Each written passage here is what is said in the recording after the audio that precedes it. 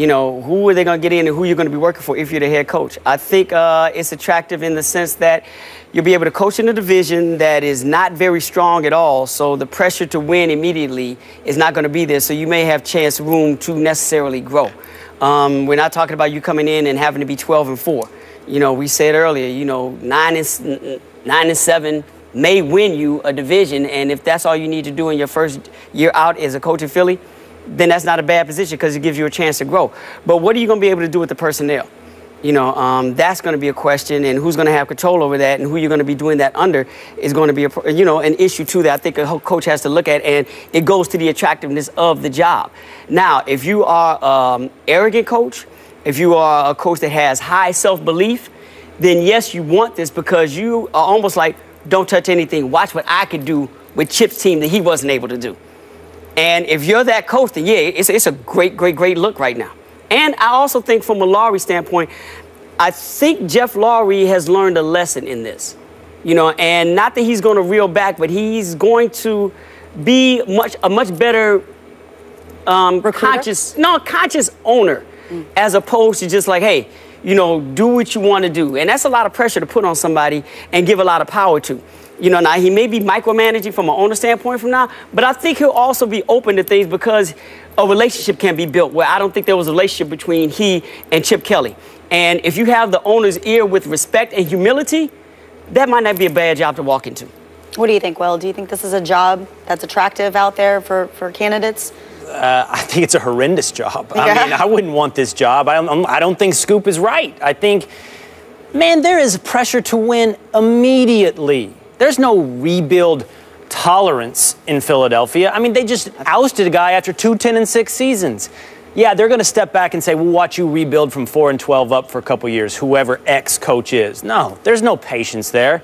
But the reason it's a bad job actually has more to do with Chip Kelly. Now, the things I respected about Chip Kelly, that he's an innovator, that he's got a complete system, are the exact things that make it almost impossible for somebody else to step into.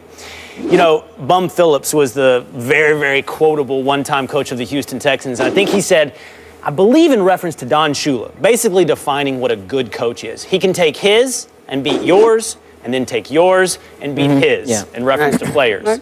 Well, Chip built a system that is so totally his, I don't know how somebody can step in and reform that in any reasonable timeline. Everything from the diet and the sleep habits to the players on the team were Chip's selection in a year's time.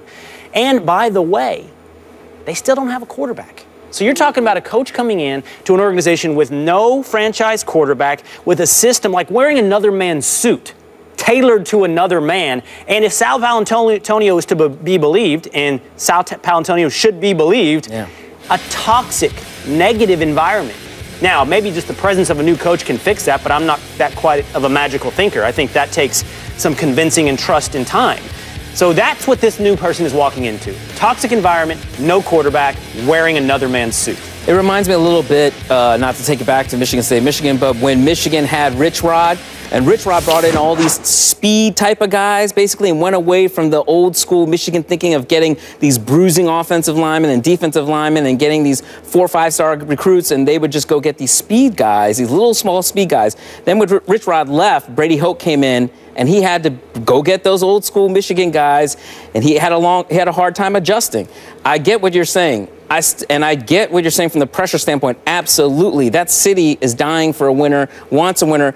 But I also think that's why that's a good job, because I think if you come in, this team obviously got sick of its old coach. A new coach comes in with a new voice. He does need some more new personnel to come in there. You're going to come in and be Jeffrey Lurie's guy and probably Howie Roseman's guy, unless you go and get, some big name coach like John Gruden or something like that, right? But that's probably not going to happen. You're coming to a division that's not the AFC East. You're not dealing with a Tom Brady there. You're not dealing with a Aaron Rodgers in the NFC North or something like that. You're dealing with, even though he's my guy, Kirk Cousins might not even be there. You're dealing with Eli Manning. We don't know what the situation is with Eli Manning and the Giants. Are they going to make a change? We just talked about the Cowboys. If they bring back Tony Romo, a healthy Tony Romo, that's a big if.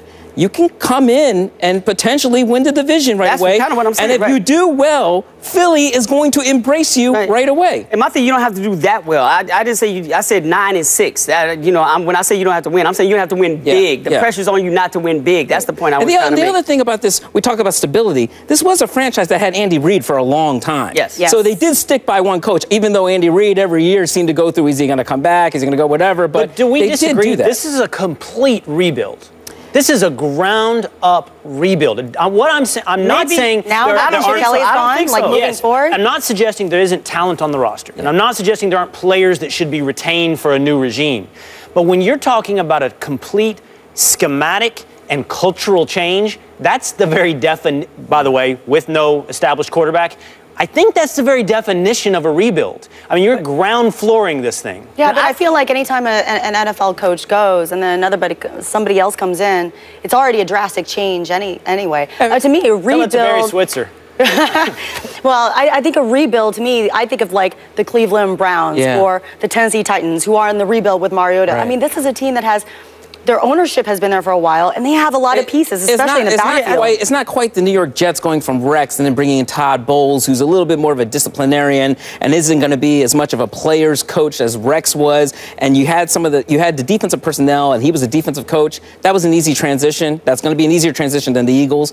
But I also don't see this quite as like the Cleveland Browns or the Tennessee Titans. And I don't think it's necessarily a rebuild to the point that is encompassing the entire team. I think the toxic thing you talked about in their minds have been removed. Yeah. You know, so I'm thinking, all right, now the coach removed, we have some pieces. Let's see if it can work with the right coach to do it. So I don't know if it's necessarily a team rebuild as much as it is just a one singular important piece rebuild.